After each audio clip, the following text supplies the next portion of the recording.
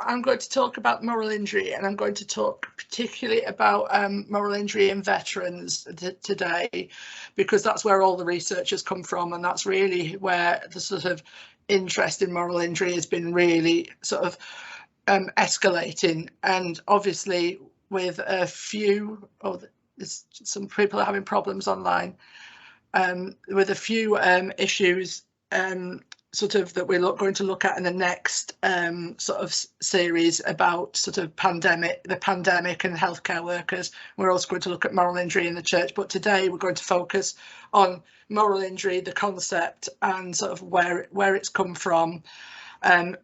What is a moral injury? What is a moral injurious event? So what is the nature of the event that causes the moral injury? A bit about the history, because it's a relatively recently known issue, but it's been around for years. And then its relationship to PTSD, why it's not PTSD in itself, but how it fits with PTSD particularly.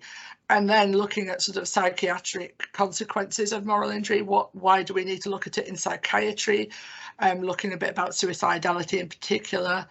And then looking at sort of what it is about a moral injury that might prevent people coming forward for help, because I think that's, it's all very well as knowing about it, but if people with moral injury aren't coming for help, we need to think about how do we reach them, and then a little bit about the future and where we're headed with moral injury. And then I'm going to look specifically at some of the issues in the military about moral injury, why it's important for the military.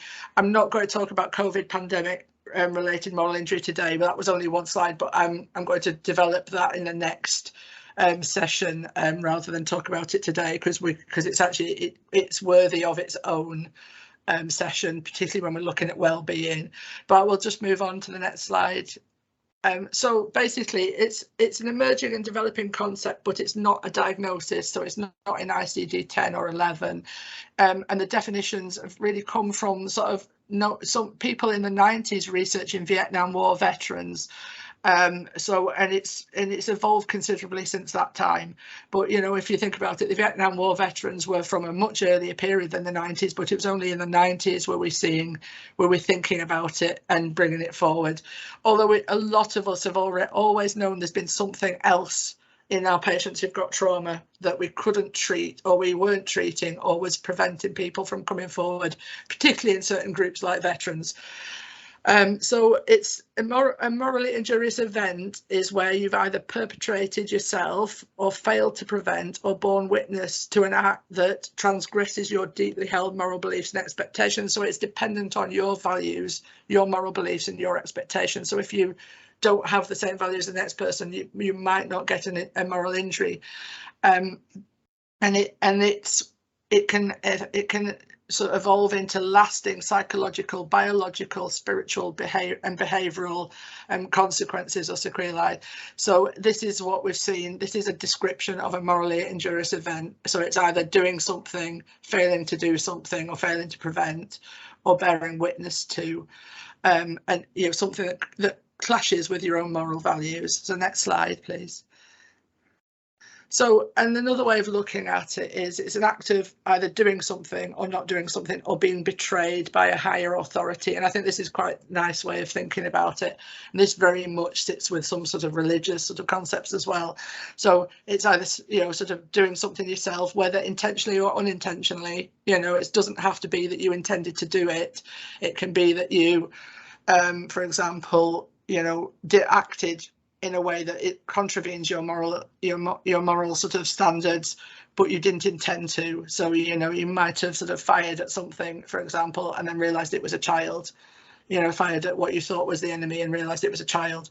That's an example of you were firing at a child. This goes against your values, but you didn't intend to. But you still did it, or you perceive to have done something as well. You can have perceived to have done something, or it's standing by or not doing, so not acting. So maybe situations where sort of you froze and you should have done something, and you did something, you didn't actually act. You failed to do what you should have done, and then it's just been betrayed by a higher authority. That sense of people in charge weren't doing what they should have been doing, or you felt, you know, there was something that they could have intervened with that they didn't. And we'll see that particularly in the pandemic talk as well. So next slide. So it's not emerging if we think about it. If we go right back, I know I've used a biblical reference, but there's reference because I couldn't find the other references. But Trojan War, for example, it's described in the Trojan War. You can see it when you're looking at, you know, the Psalms. David, you know, was, you know, sort of committed all sorts of acts. He was a soldier. And you know, he also, you know, committed some, you know, other acts that go against his values, that we'll talk about. And he felt shame. He felt that you know, he was feeling detached from God. He felt shame and remorse and guilt, and he felt he needed to be punished. Those sort of things you see in the Psalms, and you see that sort of sense of isolation that we'll see as well when we go on. So we can move on. So when we think about David, he was in charge of a lot of battles. He had a lot of enemies. He'd seen a lot of terrible things. So that sort of classic PTSD he might have experienced. But also he probably made decisions that were probably were the best decision he could have made in battle, but still might have caused death, might have caused harm, or he might have thought it was the best option, and he might have, you know, it might not have been the best option when it came to it. But we also know he committed adultery with Bathsheba and then got her husband killed in battle intentionally to sort of cover that up. So we know that what he's done has contravened, you know, he was meant to be beloved by God, and, you know, these deeply, you know, he contravened his own deeply held moral beliefs and his faith in God. And he, as we see in the Psalms, did drown in his own guilt and shame. So this is the sort of, you know, we see this right throughout literature as well. So if you move forward again, thanks. So it's, oh, can you go back one? Yeah, thanks. So it's recently emerged as a separate aspect of trauma. So it's not like PTSD, but it can be seen with PTSD, and it can be seen independent of PTSD as well. So it's a specific element of trauma exposure that's separate, but it's not a mental disorder in its own right, and it's a dimensional problem. So it can have profound effects on the clinical, you know, the sort of critical domains of emotional, psychological, behavioural, social and spiritual functioning. And we all know all those are part of well-being, you know, so if any of those are affected, we can end up with other psychiatric consequences or psychological consequences, and spiritual and social consequences as well, and even physical consequences from that. And it's quite often by many, it's seen as a sort of an injury to the soul or the spiritual element of ourselves rather than body or mind. So if you think of the sort of soul, body and mind, if you think about this being more about values, meaningfulness, based connections, all those things that go with spirituality. So we see that. And next slide, please. It's important to separate the actual experience of a morally injurious event with developing a moral injury. It's like PTSD. You can go through trauma and not have PTSD. You can go, you know, 7 of you can go through the same incident and only so many of you get PTSD. But particularly because it relates to your own values, and it's about crossing your own values and conflicting with your own values. Therefore, it's very much personal to that individual's experience. So, you know, it's a bit like, you know, same with, you know, if you get hit, you know, if someone punches you, one person's jaw might break, somebody else might bruise, and someone else might just get off quite lightly. It's all dependent on all sorts of factors, you know, sort of, you know, in an injury, a physical injury, it'd be like, you know, what, you know, do they bruise easy? Have they got a bleeding disorder?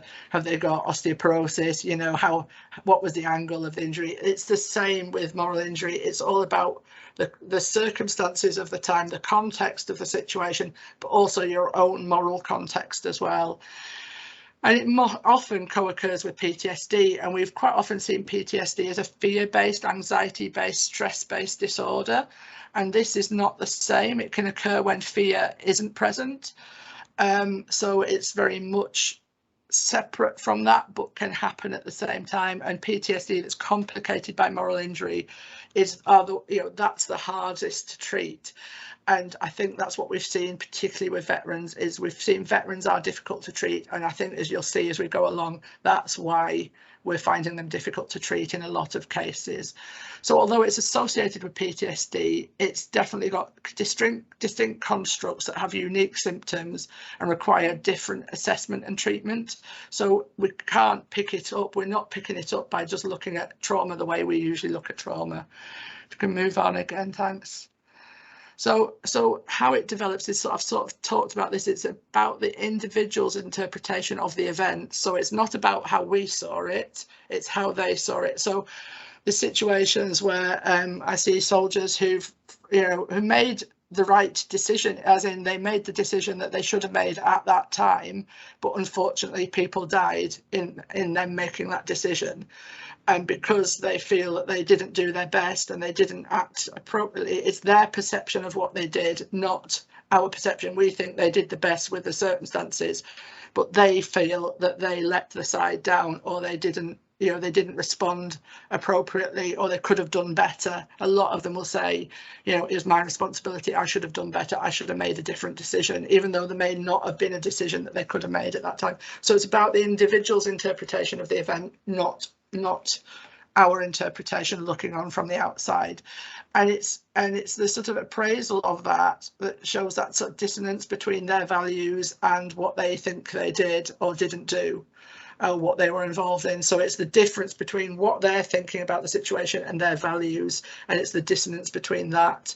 And it's so we really have to get, when we're, so you can see that when we're assessing a patient or we're seeing somebody with a moral injury, and we're looking at the impact, it's finding that dissonance between what they believe has happened and their own belief system, not about what we think in our belief system. And that's very difficult to sort of take away sometimes our own beliefs from a situation. So however much you might tell somebody, actually you were a hero in that situation, it's not going to wash with them because they've been morally injured. If you can say, look, you were the bravest person and no one else could have done better, that won't wash until we unpick the moral injuries. Can you move on to the next slide?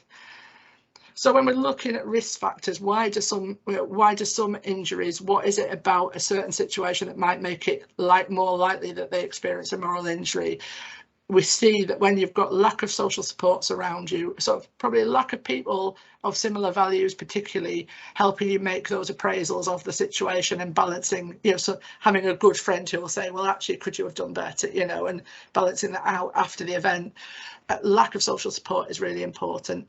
And events involving vulnerable people that they feel they should have, protected, particularly, and we see this particularly with the military. The military, obviously, vulnerable people to them are children, women, civilians, and people who people of their own who are injured, or others, even the enemy that are injured. So, but it's, if we see situations, and we've seen this for years, and it's much harder to treat veterans who've been in incidents that have involved women and children, particularly, but also civilians. And then being unprepared emotionally for a situation. So if this wasn't a situation they were expecting to happen and they weren't ready for it, that quite often makes it much more difficult. So if you're in a situation where you weren't expecting there to be any particularly difficult situation, and then something happens, that's more likely to make it difficult for you to process as such. And if you have trauma at the same time, that makes it more difficult as well, which you can understand. So when we're looking at I think this is what we've always seen in the narrative of patients that are difficult to treat, is and I think the thing with PTSD is we get very tick box about it. So we look for avoidance of situations that remind them of the trauma.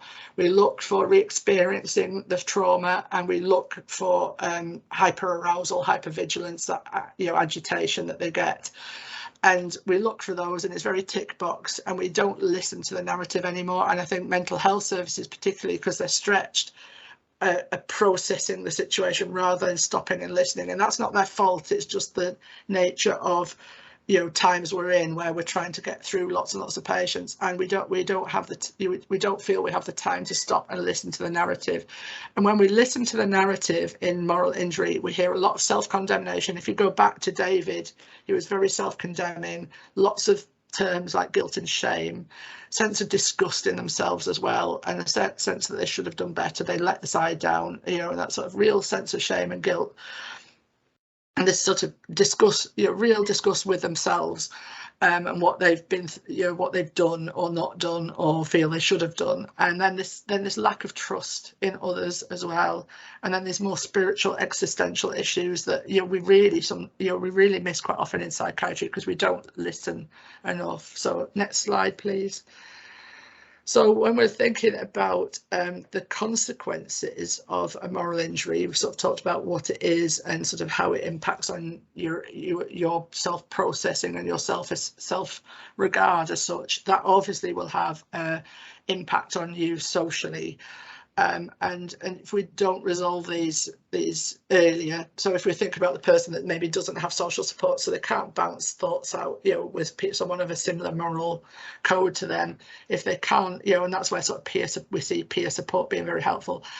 If they can't bounce that off someone else, they might feel a lot more shame, a lot more isolation, they become more isolated. They may even, you know, project aggression, and it might get them into trouble. But also we see increasing levels of anxiety and more complicated sort of depression, more severe depression. We see more complicated PTSD, but we see a lot of substance use, and the risk of suicide is much higher. And I think those two quite often are the ones that really prevent people getting to the right places for treatment, because you've got somebody who's being managed either in a crisis situation all the time, or they're drinking so much, or they're using other substances to manage their self, you know, their self esteem and all those thoughts that they're having, and to manage that, and therefore we're not getting past the substance misuse to get them into treatment, and they are risky. You know, as you know, obviously we're not getting them into treatment. We know substance use in itself increases suicide risk, and then they've got this added suicide risk, and we're not getting them into treatment because they've got an alcohol problem, for example. So if we can move on to the next slide. So when we're looking at suicidality, if we look at it a little bit more detail, there's a clear association with perpetration or perceived perpetration. So it's if you feel you've done something, not just if you have done something, and where you've crossed your moral boundaries.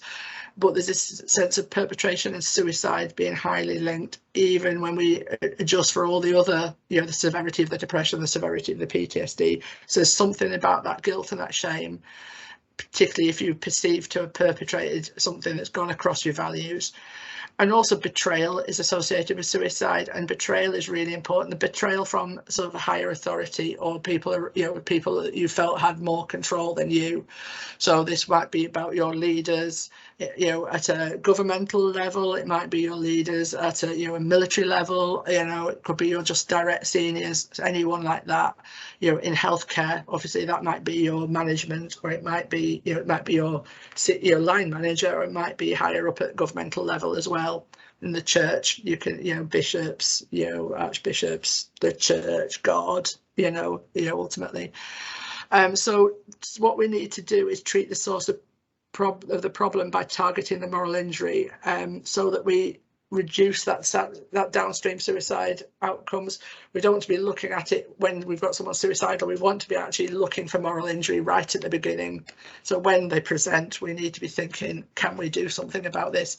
And when a potentially moral injurious event has happened within an organisation, we need to be thinking, can we prevent that? Can we prevent that from happening in some way or other? So next slide, please.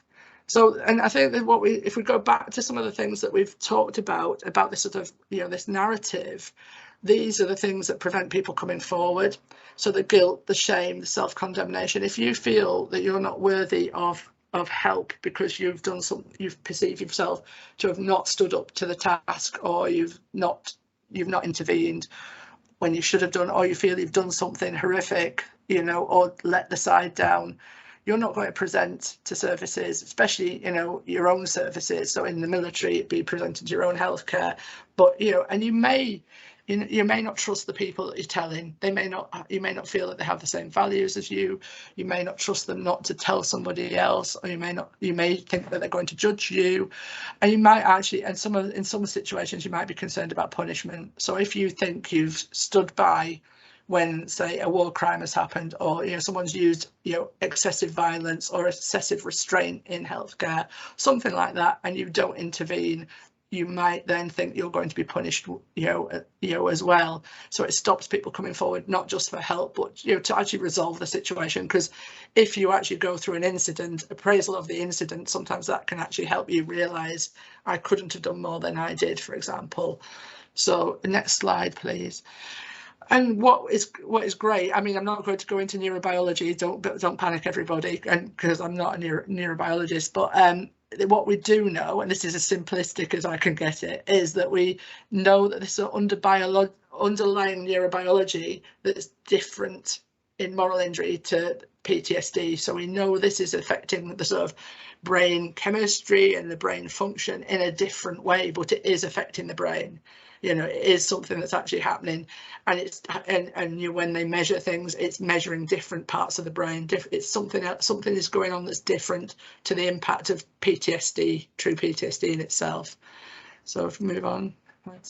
So when we're looking at treatment, before I move on, a bit more into look at veterans in specific, there is no defined treatment pathway. So it's all very well into, Sarah, what do we do now? And I go, oh, there's no defined treatment pathway. You found it, you don't know what to do.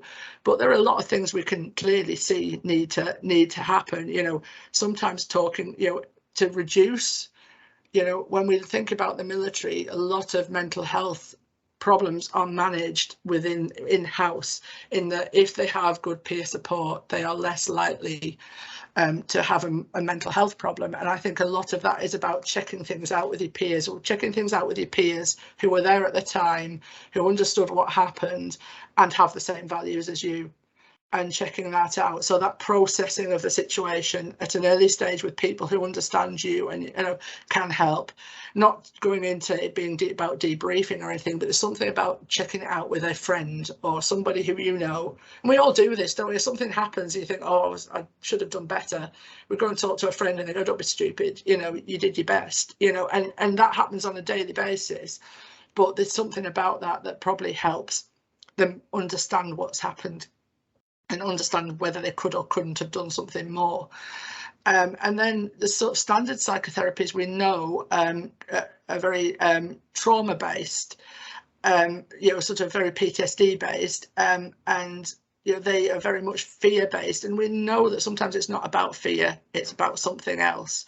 And so sometimes treating just the fear and going over and over the situation without treating the moral injury can actually make the injury worse.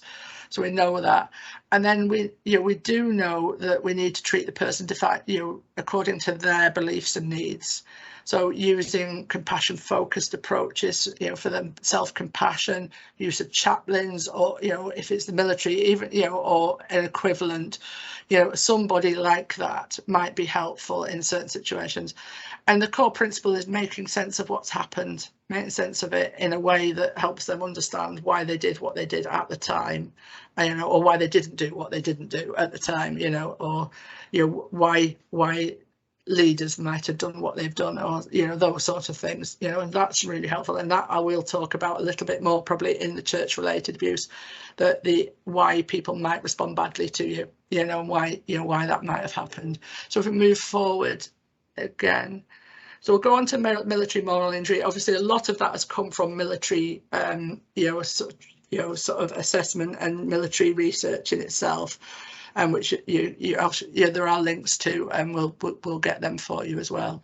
So if we move forward again, so what we do know about the military is they, whatever their values are, whether they're, they've got different religious values, different family values, different, all sorts of things.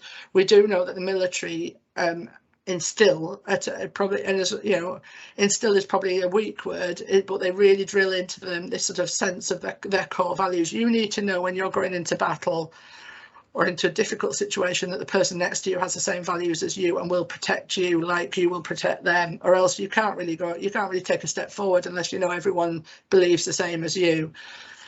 So what we do know is that selfless commitment, courage, discipline, integrity, loyalty and respect for others are core, and they're very, very functional. They make the army, the military function.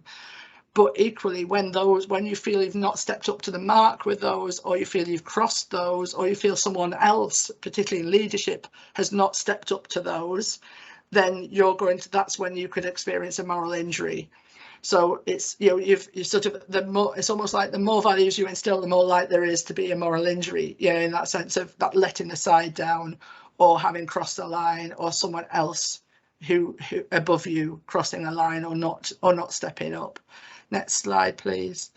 So I've got, there's a whole, I could just talk for days on examples in the military, but there's a lot of situations. Shooting a child, even if they pose a life threat, for example, even if it's still shooting a child, and it's that sense.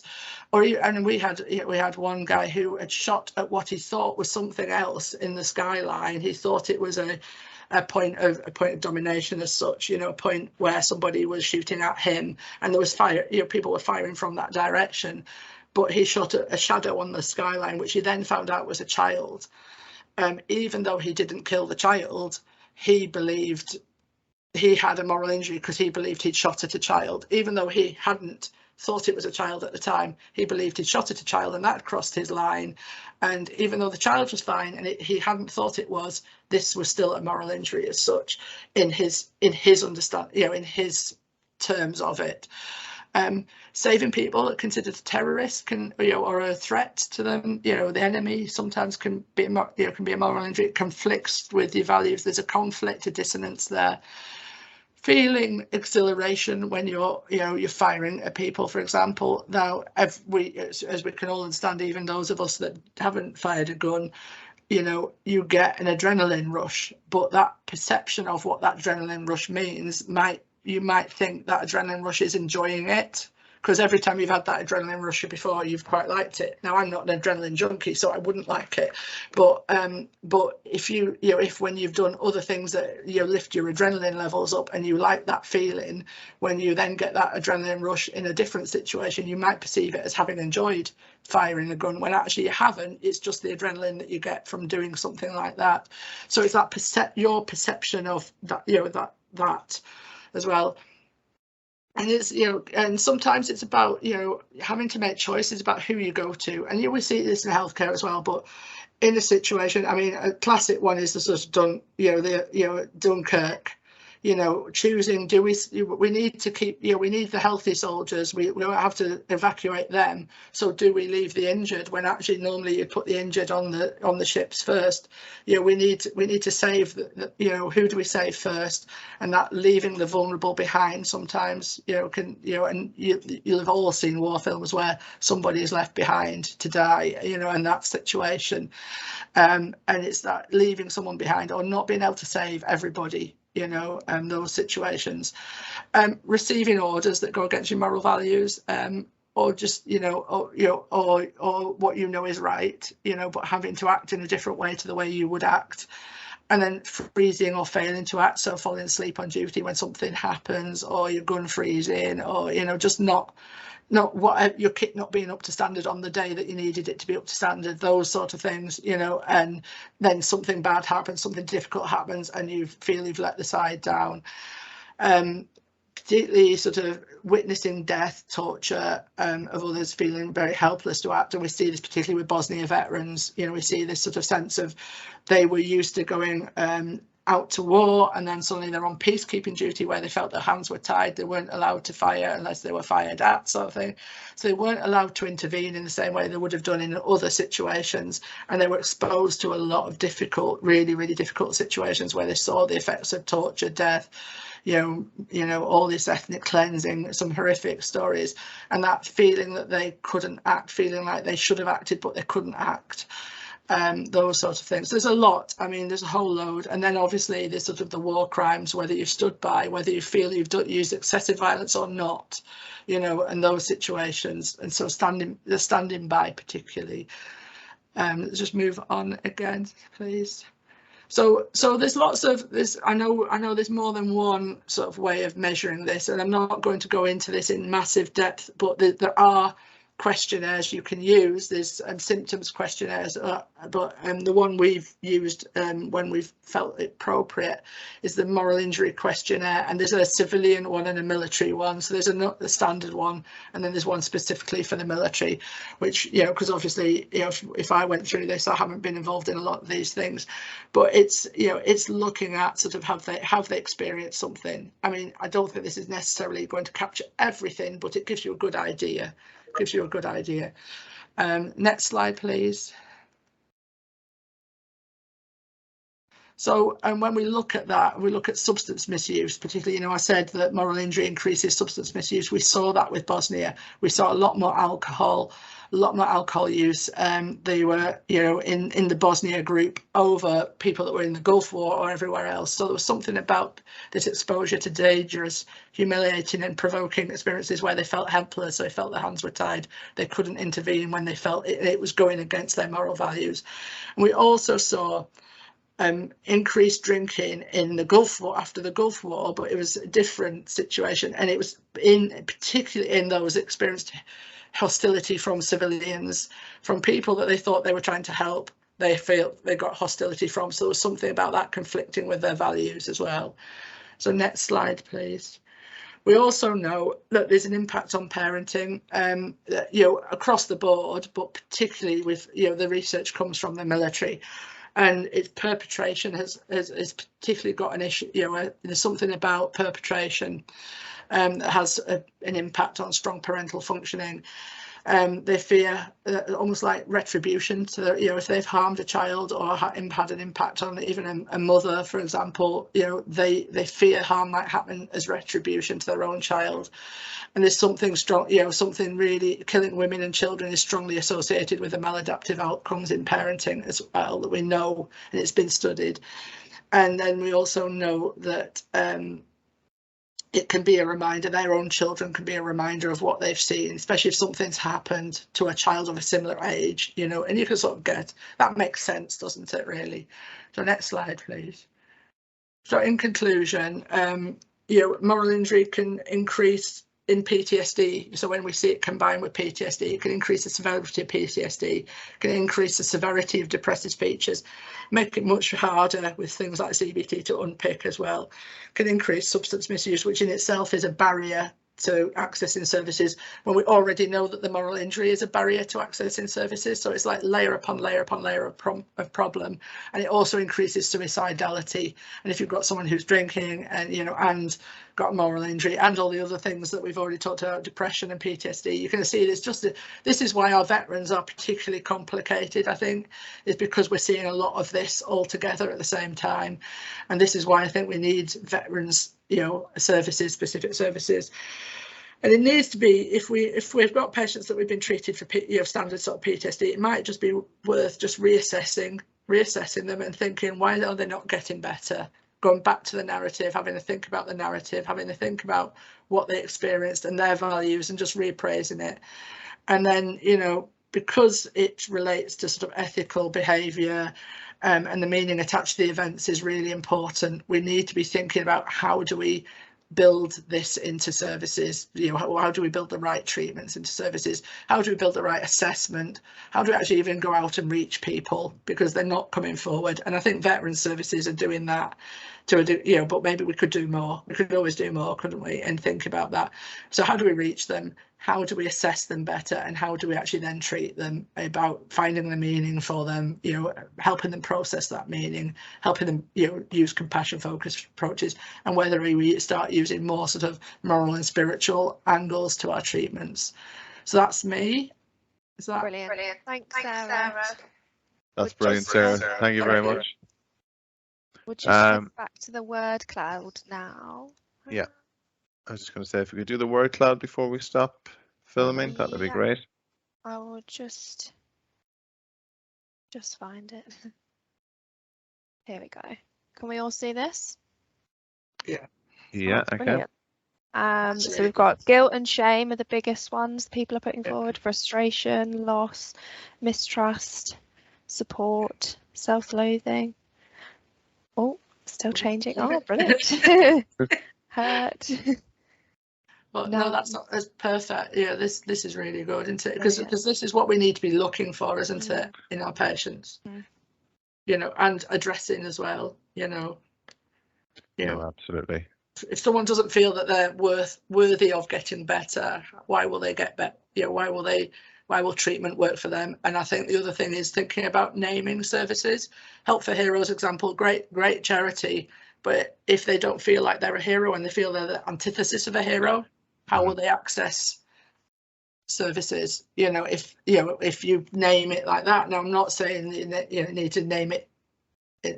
We need to rename it, but we need to think about that, don't we? I think, yeah, as I suppose there how people feel relatable to that. Do Yeah, you know what I mean? exactly, And where and who is the best person to maybe to relate to. Yeah, exactly. Thank you very much, Sarah. That's been absolutely brilliant. Before we go into the discussion, could I just ask if we could stop recording, just so that we can have a